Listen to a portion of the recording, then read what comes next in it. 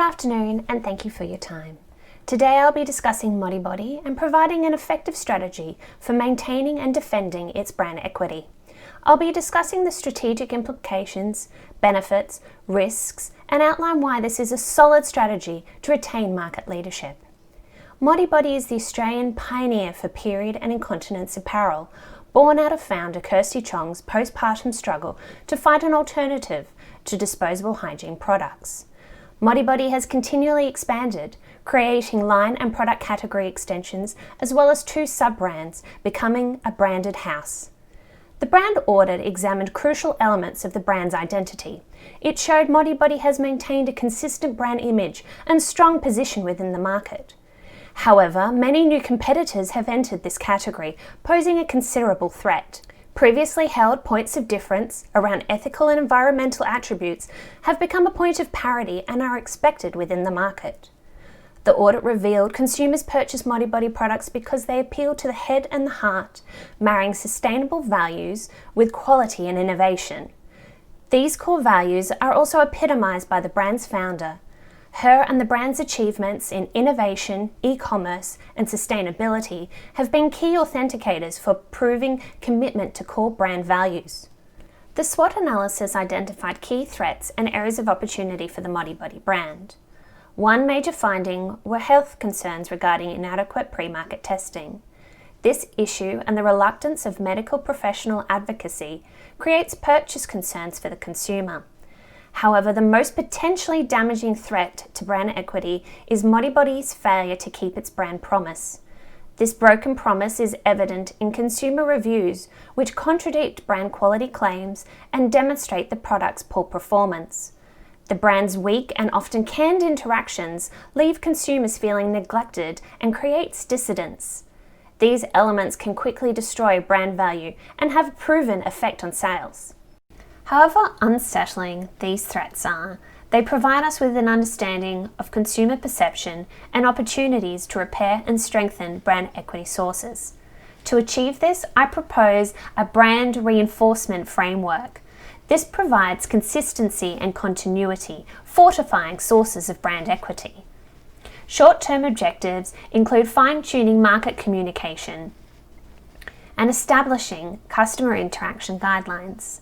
Long-term objectives focus on Modibodi's point of difference, quality and innovation. Through product design, testing and medical partnerships, Modibodi will strengthen its sources of brand equity. The immediate objective is to make the returns process seamless and communicate more effectively with customers. Having a positive interaction despite product failure is essential for customer-based brand equity. I propose a centralised return process where customers complete a refund form on the website. This form will clearly outline the procedure, timeframes, and provide a central touchpoint for the refund process. This will make it easier for staff to monitor and process refunds promptly, increasing efficiency and directing unhappy customers away from review platforms. Modibodi should start promoting its Australian heritage. By fine-tuning the communication to include this detail, Modibodi will take advantage of the current nationalistic consumer sentiment. The final short-term goal includes implementing interaction guidelines and customer service training for staff. To help build loyal brand advocates, Modibodi needs to authentically interact with its consumer. The Modibodi brand is about positive impact, so the brand needs to impact positively with its customer interactions. These short-term objectives are cost-effective and can be implemented promptly.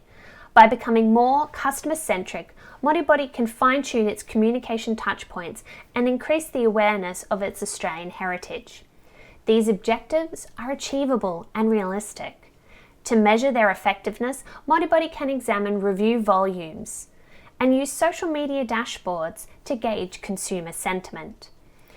The objectives are low risk. However, Modibodi will expect to see an increase in refunds due to the access and ease of use of its returns form. However, this will be offset with savings in staff efficiency. Promoting Modibodi as Australian in its communication might represent a short-term consumer trend and isolate non-Australians.